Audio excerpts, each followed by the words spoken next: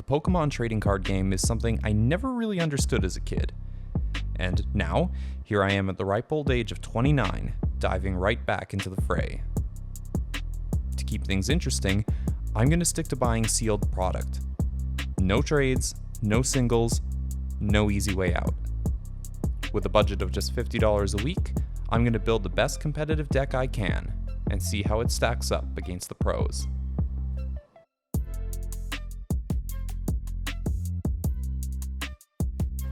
Welcome, ladies and gentlemen, to the final episode of Pokemon Sealed Only, Season 1.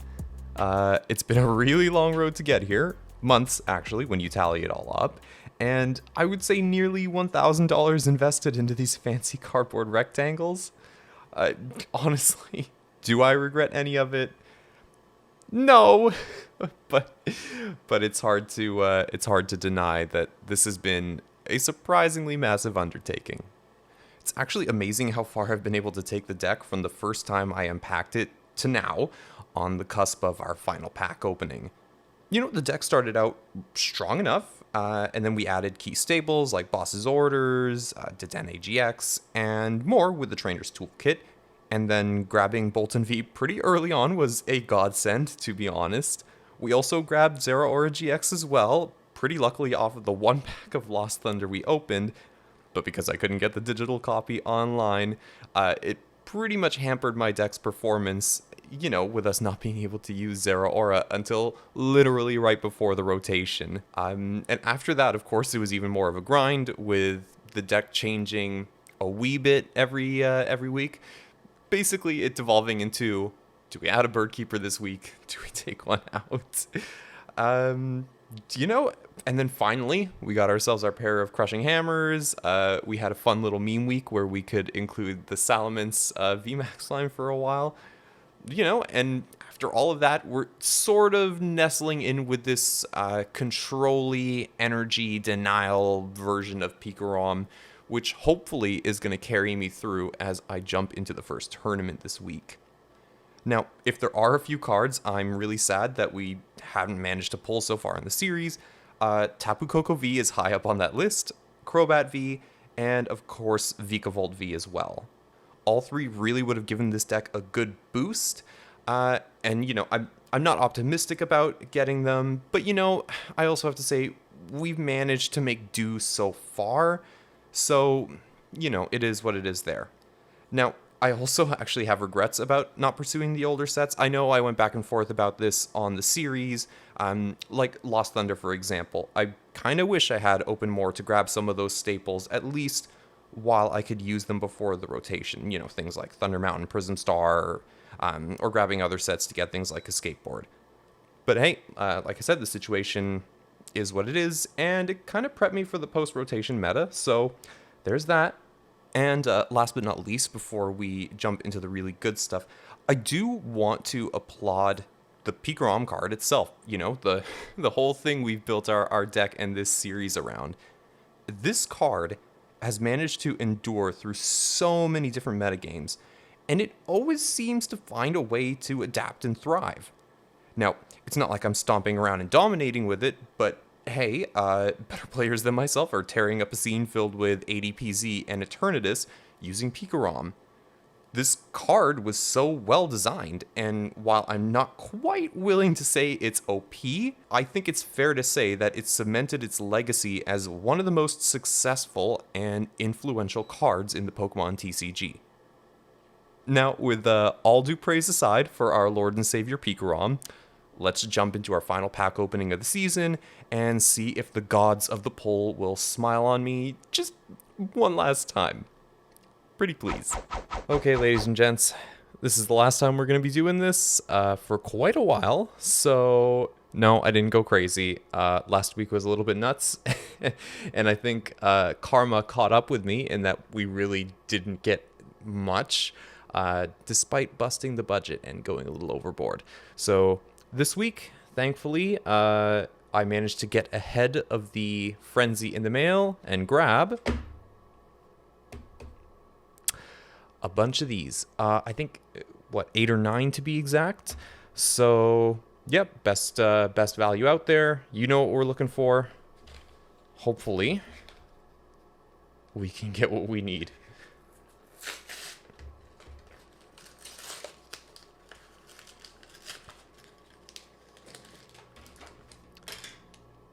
And as always, I've opened up the others off camera to save us all that kind of headache. So, yeah, I don't know. Let's see if we can get everything we need to soup up our deck one last time before we dive into some tournament play on PTCGO. So, why don't we start with the beginning of the Sword and Shield era? See if we can pull any of those elusive cards that we've been chasing since the start. Or, hey, just another Crushing Hammer would be nice. I'll take that. Those have proven harder to get than some of like the Ultra and Secret Rares. Oh, it does feel really sad to just be opening these up right now, but hey, what can you do? And not off to a good start. Oh boy, oh boy, oh boy. Nice to get the reverse holo Copperajah, though. I do love the elephants. Oh, white back. Okay. I know it has nothing to do with the deck, but can I get a Charizard? Wouldn't mind making some money back on the series. Okay, not some bad pulls if this was literally any other deck. Oh, Rowlet's kind of cool. And oh, Lord. Okay, well, you guys know where this is going. If we can get another V, we will play the 2-2 line. That is my promise to you right now. Oh, jeez, Louise. Okay. Oh. Who knows, maybe I'll put the 1-1 line back in just for the sake of the series finale. That might be fun, right? Oh, we got another white back. Okay. Salamence. Oh, dear, oh, dear, oh, dear. What a thing. What a thing. Okay, not bad so far. Oh, Berserker. Nice with the collection, but not super useful for what we're doing here. Okay. Another Darkness Ablaze. Let's see what's up.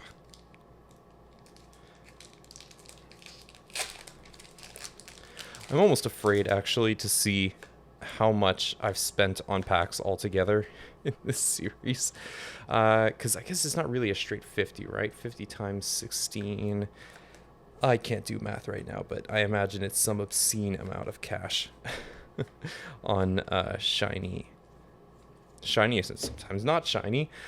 Cardboard. So this has been fun. Not something I would recommend for the budget conscious, though. It is just so much cheaper to get singles. And it's nice. You know what you're going to get. You just have to wait in the mail these days. But it gives you something to look forward to, right? Whereas the boosters, you never quite know.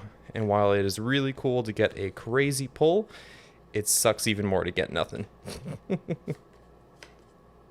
Oh, that's cool. We already bumped some stuff. Actually, you know what?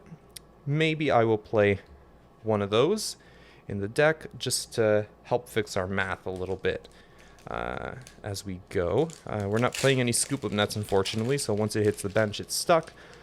But, you know, that extra 10 damage can make the difference sometimes. So, we'll see. Big Parasol, Cuvent, Sinistea, Feebas, Passimian, Skitty, and Golurk. Okay, let's see. I hope Salamence is not the, I hope that's not the zenith of what we're doing here. I'll be very disappointed if it is. Oh, Pikachu. Maybe I should just play Pikachu for the lulz. What do you guys think? Get wiped at the tournament for playing Pikachu for the lulz. Bead, Raboot, Mercandy, another Pikachu. Oh dear. Oh no, that was the first Pikachu. I'm dumb. 2 Galarian Berserker. Okay. It's gonna be one of those days, ladies and gents. It's gonna be one of those days. Alright. Give me something good, guys. Give me something good. Let's see. Staravia, Torchic, Aron, Rookidee, Wishy-Washy, Pansage, Carablast, and Pincurchin. Not really that useful. Not for our deck. Oh boy, oh boy, oh boy.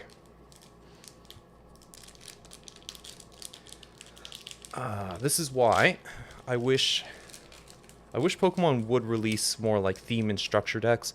I actually have been looking at the theme decks for other stuff I want to do for the YouTube channel here, and it's surprising. Like, yes, you get a lot of really crappy Pokemon that you would never play competitively, but you do get like a couple staple cards here and there, like some of the older ones. For example, if you're playing Expanded, you can get Ultra Ball, which is always nice.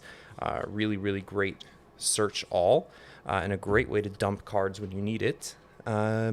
You know, in some cases, you can get things like N, the newer ones, you know, the Zacian and Zamazenta, you get Metal Patch, or is it Metal Saucer? Regardless. You can get some really good stuff out of there if you just buy, like, you can even just buy the pair of the different types they give you, and you can have a pretty good foundation for any kind of deck you'd want to build, you know?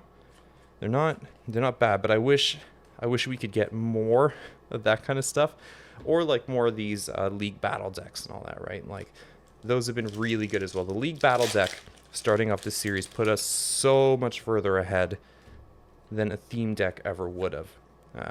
For example, the Zacian and ADP one that's coming out, like, holy cow, that's gonna put, oh, that's good.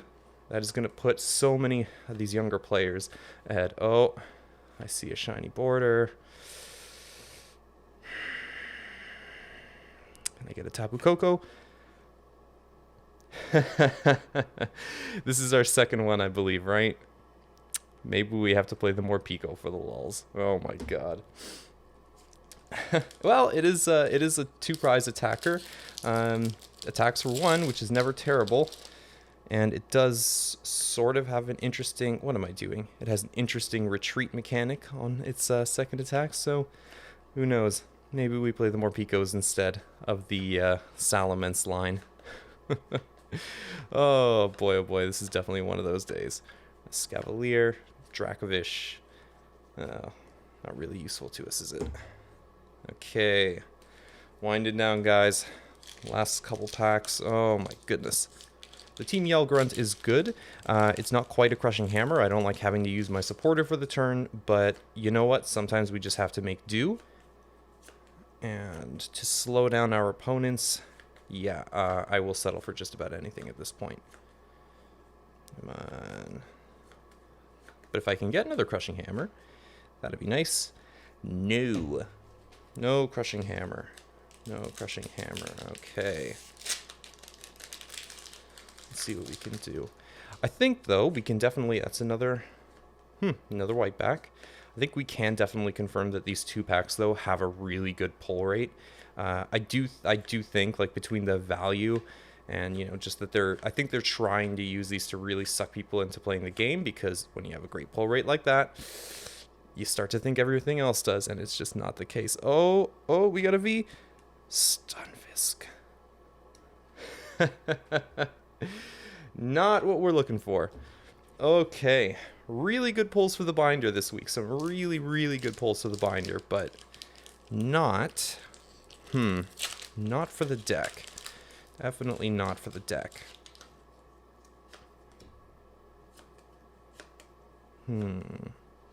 Although the Yell Grunt's pretty good, I can't complain. Splashing in the 2 we have now with the Crushing Hammers, I think, is a good start. Okay, yeah, nothing in there, right? Another Galarian Zigzagoon. I have so many of those right now. I could probably do sealed only goons at this point. Oh, no, actually, I don't think I've pulled any Obstagoons, now that I think about it. It would be funny, though, if I decided to just troll for, like, 16 episodes and stack up the Rage Quits on PTCGO. Let's see, old PC. I don't even know why they made that card. One does wonder sometimes when they print, like, intentionally bad cards. Oh, the new Darkrai. Again, not really useful for us, but really nice to have for the binder. Okay. And our final Sword and Shield, ladies and gentlemen. Can we get that elusive Tapu Koko V? I would really love to have the free retreater to send up. I would be very happy to... Well, I guess we're not getting him. I would be really happy to drop the Jirachi package if I know I have that free retreater on hand. But since I'm not seeing that, give us a Crush and Hammer, please. Can we get one? Another Zigzagoon. Oh, Oranguru! Okay, and then a Reverse Hollow too.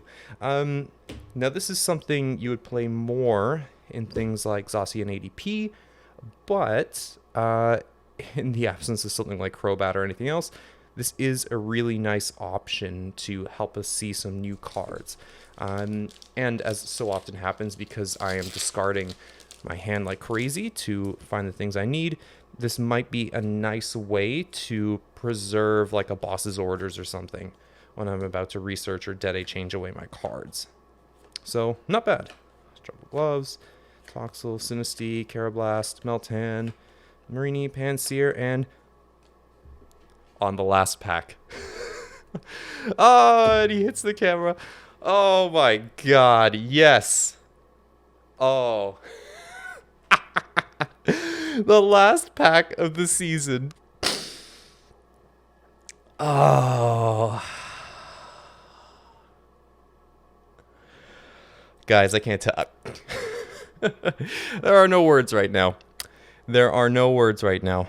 God, look at that beautiful shiny piece of cardboard. Do you know what this means for us? Oh, this is beautiful. I can get over the lack of crushing hammers now. This made all those packs so worth it. We didn't get the Crobat at the end of the day, but you know what? Wow. We got ourselves a Vikavolt V. Ladies and gentlemen, oh, we are off to a very good start. We are off to a very, very good start. What am I talking about? It's right at the end. Oh, you know what I mean. This is so cool. Well, you know one card that's going into the deck at least. Definitely this. And there's a fairly good chance I'm going to pop this in as well, just to give us the extra bit of consistency. But really, these two, I think I can really tweak the deck now and put us on some pretty solid footing. So I'm going to go do that, celebrate, have a shot for finally getting this bad boy. Oh my goodness. Sometimes you just got to stick it out. Or buy the packs with the really good pull rates. Anyways, let me not ramble on, guys. I'm going to go get the deck into shape, and we will jump into our first and final for the season tournament. So, most amazing last pack opening ever. I mean, for real. That is a sign from the universe. It's also proof that those Darkness Ablaze Sword and Shield 2-packs can be a serious bang for your buck. So do not pass those up if you're doing your own sealed only challenge. Don't pass them up generally. Just on price point alone they win, but I'm pretty much convinced that the pull rates are disgustingly good on purpose to get people hooked. For at the very least, you're going to walk away with a very lovely binder if you crack a ton of those. And now, thanks to those wonderful packs with Vikavolt on hand, we can look at the deck I'll be taking into a tournament on PTCGO. Alright, so the premise is the same, supercharge Pikarom at all costs, but now with Vikavolt V on board, we can stall a little more and buy Pikarom some time to set up. We can also buy time for Boltund or do some interesting stun and lock plays with the Raichus. Also, I am going to include the Oranguru we pulled here because, as so often happens, I need to discard my entire hand in a frantic search for the perfect resources, and sometimes that means tossing very useful cards. I throw away more boss's orders than I care for a lot of the time, so hopefully Primate Wisdom will help me rescue one card from my hand before I have to do something desperate. We're also up to 2 Team Yell Grunts now, in an attempt to make like a pseudo 4F package of Crushing Hammers, and hopefully that'll come into play and let us slow down our opponents just a little bit. And really, that's all. The plan is to swarm the field with energy and use either Pikarom or Boltund to hit big numbers. If I have a backup plan, it's to use a combination of the Raichus, Vikavolt, and reset stamps to lock my opponent in and give me precious time to mount some kind of comeback. So really, that's our final loadout, and I really hope it's going to serve me well as I dive into this first tournament, because we're locked in from here. We're kicking off this tournament run with a match against Centiskorch VMAX, which I don't think has come up yet in the series. Now, despite the fact that it probably hasn't come up, I do know this is going to be a tough match because of the VMAX's crazy HP and the even crazier energy acceleration available to fire decks in general. I'm leading off Boltund against the Centiskorch V, and my opponent, oddly enough, starts with little more than heat fire energy before passing things over to me. Now, I've got a handful of energies, a Tapu Koko, and not much else. Whatever the case, I have to accelerate as much energy as possible and get damage onto that thing before it becomes a VMAX. So, I play down Koko and then use Quickball to grab Dedenne. I go for the Dedenne change, seeing an Magnetic Radar and a Quickball. I pitch a few cards and grab Pikarom and the Raichus. I establish both the tag teams and pop Dance of the Ancients to accelerate to them. Then I research for even more cards and get a Jirachi on board, finishing up with an Electrify to accelerate to Pikarom and the Raichus. My opponent welders for 1 to the active and slaps on a Big Charm, hoping to buff their active with some crazy high HP. They also add a Weakness Guard energy and then go for the Radiating Heat to peel off one of my energies at the cost of their Weakness Guard energy. I grab a Speed Lightning energy and attach it to the Raichus, seeing everything I need for a powerful play off the 2 cards I draw. I use Switch to pop the Raichus into the active and go for the Tandem Shock, stunning the Centiskorch. Now, if I can do that again or bring up Pikarom next turn, I'm laughing. Naturally, however, my opponent goes for a Marnie and then immediately evolves into the VMAX, curing their active of Paralysis, and with that Heat Fire energy slapped on again, they seriously stack their HP. Then they get a Volcanion on board, followed by a Crobat to see some fresh cards. Finally, they grab another Centiskorch V to round out their bench, and then it's a big Gmax Centiferno to my face for 120 damage. Back on my turn, I realize I can actually set up a solid KO here. So I use a Speed Lightning energy on the Raichus to see some new cards, and then I use Energy Switch to move an energy from Pikarom onto the Raichus, priming their GX attack. I go for the big Lightning Ride GX, easily KOing the VMAX and allowing me to pivot into Jirachi, which is only worth 1 prize. My opponent sends up their Centiskorch V and immediately evolves it. They go for a Dedenne change and off of that establish a Heatran GX on board, so now I have to be careful of a pivot play there. The professor's research shows me that they don't have the Welder on hand, which is great, but they do have the reset stamp to ruin my day. Luckily for me, I get a Quickball and 2 researches off of the stamp, so I'm not sweating it too much. I top deck a Big Charm and stick it on the Raichus. Then I use Quickball to grab Eldegoss V. I slap down the Puffball and take back my boss's orders, using it to drag up the bench Centiskorch since I can't take on the VMAX. Then I just Stellar Wish for a balloon and pass. Now, as I'd hoped, my opponent doesn't have a welder, so the best they can do is boss my Raichus and hit me for a meager 20 damage, which obviously is buying me some precious time. I go for the research and see just enough to work with next turn, so I just go for the Tandem Shock to add a little bit of chip damage to the Centiskorch. My opponent slaps down a Big Charm on the VMAX and attaches a Heat Fire energy, bulking it up, but with little more to do, they just slap me for 20 damage again with their Centiskorch. On my turn, I top deck a Crushing Hammer and use it to deprive the VMAX of its special energy. Then, I go for the Team Yell Grunt to bounce its remaining energy to hand. That done, I'm pretty safe to just go for another Tandem Shock for 80. My opponent doesn't have much to do, they just attach one more time to the VMAX and sting me for 20. On my turn, I see another switch, and using an energy switch first, I prime Boltund to swing in and take the KO with Bolt Storm. Now, I'm threatening big damage, and I can potentially pivot again with the Raichus. My opponent naturally sends up the VMAX, and then they use Boss to drag up my Raichus and take the easy KO. Now, I'm in a bit of a tricky spot because Boltund is hitting for way less than it was before, and I can't exactly accelerate any energy. So I just go for a Stellar Wish and slap down the Oranguru. I use a boss's orders to drag up the Heatran GX since it has a pretty high retreat cost of 3, and then I reset stamp my opponent down to 3, hoping that they don't draw into a switch or a Mallow-Lana or anything like that. With that done, I pass.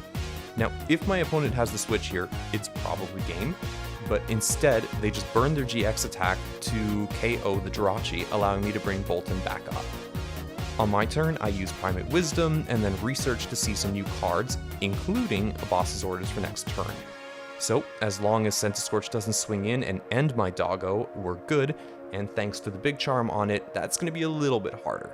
And wouldn't you know it, on my opponent's turn, they get the switch, but they toss down a Wondrous Labyrinth to add insult to injury. Centiskorch swings in, but without a welder in hand, my opponent is actually short of the game-winning KO. So, on my turn, to get around the Wondrous Labyrinth, I just slap on a third energy, go for the boss, and blast Heatran with a modest Bolt Storm for the win. Alright everyone, this next game is a bit of a slog, so instead of doing the play-by-play, I'm going to give a rough rundown of the game. Basically, Vikavolt V was the MVP, and the best advice I can give anyone when confronting annoying rogue decks like this is to just remain calm and play to your outs. So in this particular case, my opponent was playing a weird Torkoal Licky Welder deck.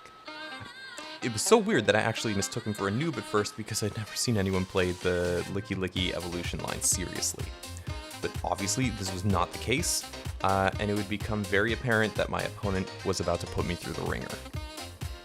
So basically, his deck was built around Energy Disruption, Hand Disruption, and Deck Disruption, using Licky to discard an energy from the active, one card from your hand, and a card off the top of your deck. Torkoal obviously was there to be a big sponge, and when necessary, deal out damage while denying energy.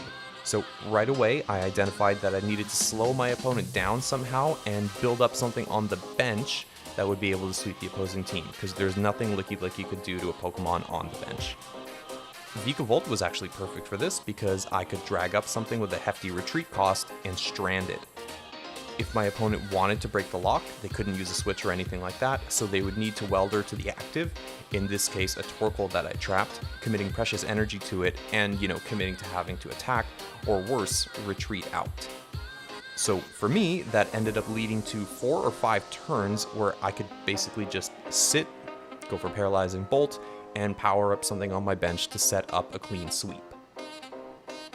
Eventually, I did manage to get Pikarom set up, and in going for the Tandem Shock, I could leave my opponent's board so heavily damaged that anything coming in would get KO'd, and since I had 6 energy established on Pikarom, it would take at least a few hits and a few crushing hammers to deprive me of the ability to just go for a full blitz after that. And yeah, it basically got to the point that even if my opponent could overcome Pikarom, I had Vikavolt and Boltund ready to take out whatever was left. My opponent, actually, never took a single prize. Honestly, I'm surprised I won this one because decks like these always bamboozle me, and I never realized what's up until it was too late. But honestly, just taking a breather, keeping a cool head, and playing to, the out of a supercharged Pikarom, with a little help from item lock, helped me stitch this one up. Alright, and now we're into game 3, and at this point my nerves were shot to hell, and all I needed now was for an Eternatus or an ADPZ to show up and step on my neck. Luckily, or maybe not so luckily, I actually ended up playing against a weird Psychic deck.